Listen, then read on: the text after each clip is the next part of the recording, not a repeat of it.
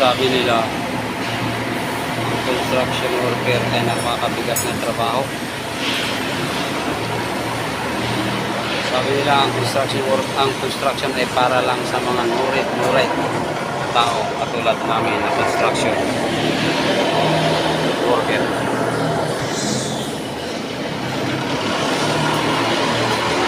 Sabi nila,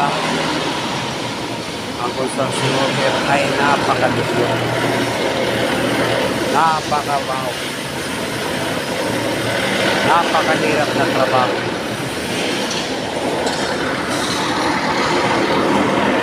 Pero guys, magpasalamat tayo dahil mayroong construction worker na katulad namin. Dahil pag walang construction worker na katulad namin, ay kayo'y walay mapapasukan at walang matatrabahuan dahil kami ang gumagawa ng inyong building. Sana hindi kayo mayaman na kasing tingkat nyo ngayon.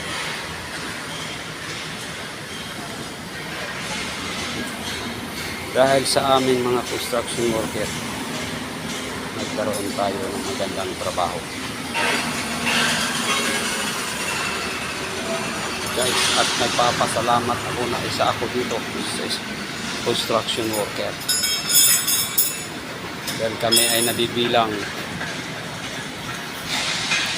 sa industriya ng construction worker, construction site.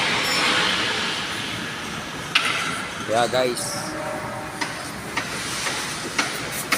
sana maging totoo tayo. Sana ibigay natin ang tamang pasahod sa aming manggagawang construction worker.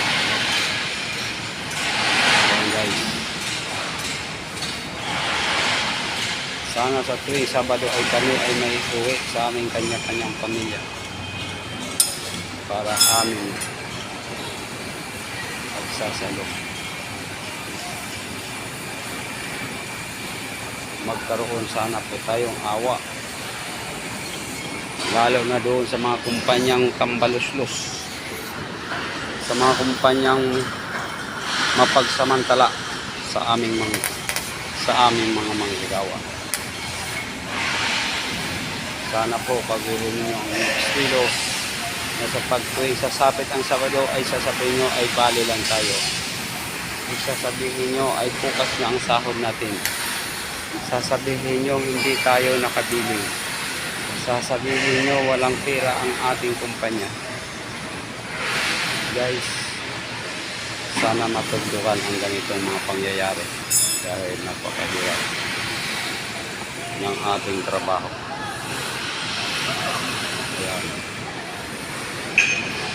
Ayan guys,